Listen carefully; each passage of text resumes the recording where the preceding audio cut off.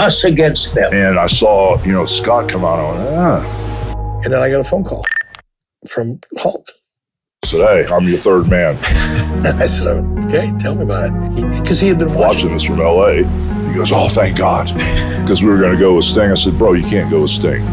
He's not WWF from head to toe. It's in my blood. I mean, I'm the guy. Sure. The New World Order. NWO. The NWO, not that I knew what I was going to call it or how I was going to do it, but the general concept started to take shape in my head probably 6 months before. Maybe more, maybe less, but before. And then when Scott became available, and ultimately Kevin. Well, the whole reason it worked was because people thought Vince sent me there, and then a week later, Kev to kill WCW. Bischoff played that up too, because the only thing he said to me before I went out was, he wrote down a piece of paper. You know who I am, but you don't know why I'm here. Because that's implying, I'm raised.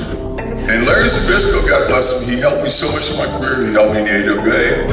And he was like an announcer then for Nitro, and he worked, kind of in the office. And Bischoff was just going to sit me down the aisle with ring music and have me do an interview. And Larry went, no, he doesn't work here. He has to come through the crowd. And to me, that was crucial.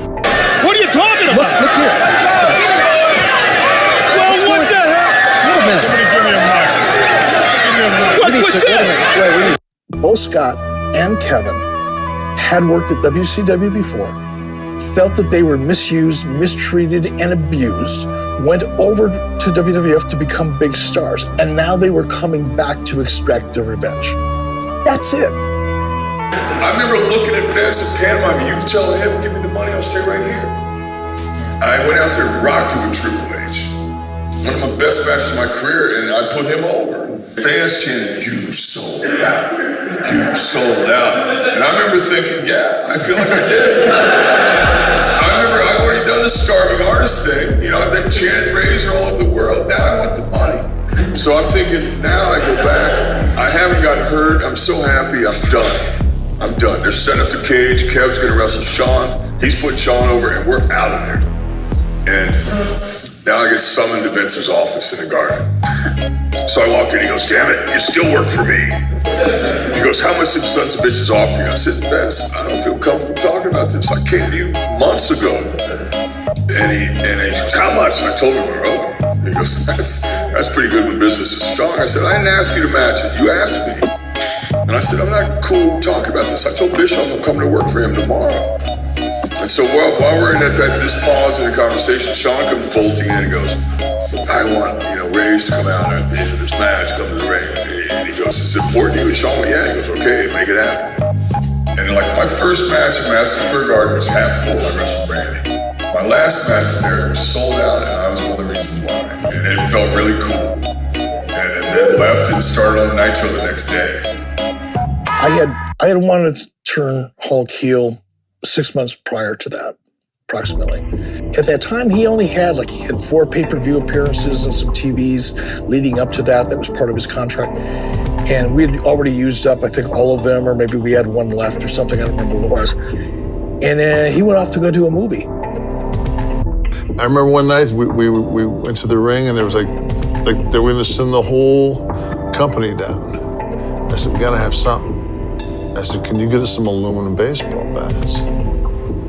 So Ellis rigged a working one quick. Then we had the real one. So when I went down to the ring, I hit the steps with the real one.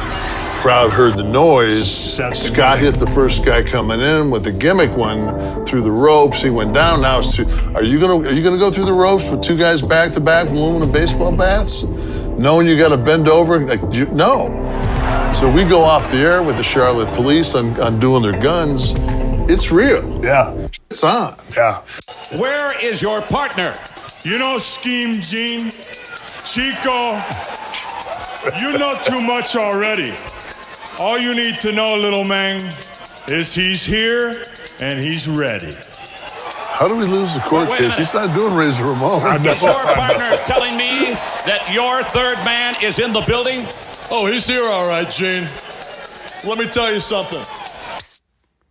I was filming a movie out in LA, and Eric had approached me about turning heel. And no, brother, it doesn't work for me right now. You know, I was making really good money there, you know, guaranteed money, and I just wanted to keep things going the way they were, even though the red and yellow thing was starting to lose a little bit of luster. And it was getting old. They not like us. He knew it wasn't working. He knew what people were saying. And sure, he saw that it was the right idea. And to a degree, I guess that's, you know, self-serving, but it was also the best thing for the company.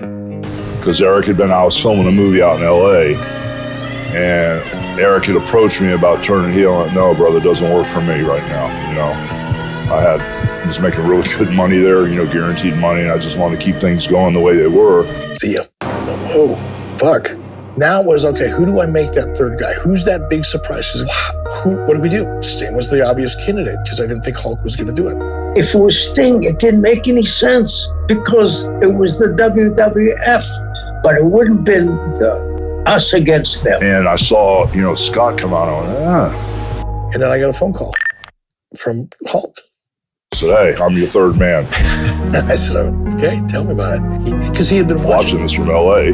He goes, oh, thank God. Because we were going to go with Sting. I said, bro, you can't go with Sting. He's not WWF from head to toe. It's in my blood. I mean, I'm the guy. Sure. Did he see the momentum? Of course. He's not stupid in terms of making that change. He didn't want to do it if it wasn't the right idea. And it took a lot for me to get Sting to do it. Then I get the phone call from Hulk. So now I got to keep Sting as a backup plan because I wasn't 100% positive that Hulk was actually going to go through with it. Eric didn't want to tell anybody, you know, so up until the time I went to the ring, Eric goes, Hogan's not here yet, which of course I was outside hanging out. Hogan's not here yet, and if he doesn't come, we're sending Sting. So Scott and Kevin went not knowing if I was coming, right? I couldn't have Hulk come to the building early because I've been reading about this shit. So I had to keep him away. I knew he was volatile. And I couldn't talk to him. I couldn't manage him. So that's where Kevin Sullivan came in. That's the most fictitious story of all times. There was no plan B. Let me tell you the story. I made Hogan come to my house, sleep in my house the night before the event. I had a 4-bedroom house. I gave Hogan a bedroom. When the show came on, I waited till the television program was on. The first match was in the ring. I got in Hogan's limo. We went to there. I don't know what I would have done if Hogan backed out. First thing you realize, brother, is this right here is the future of wrestling.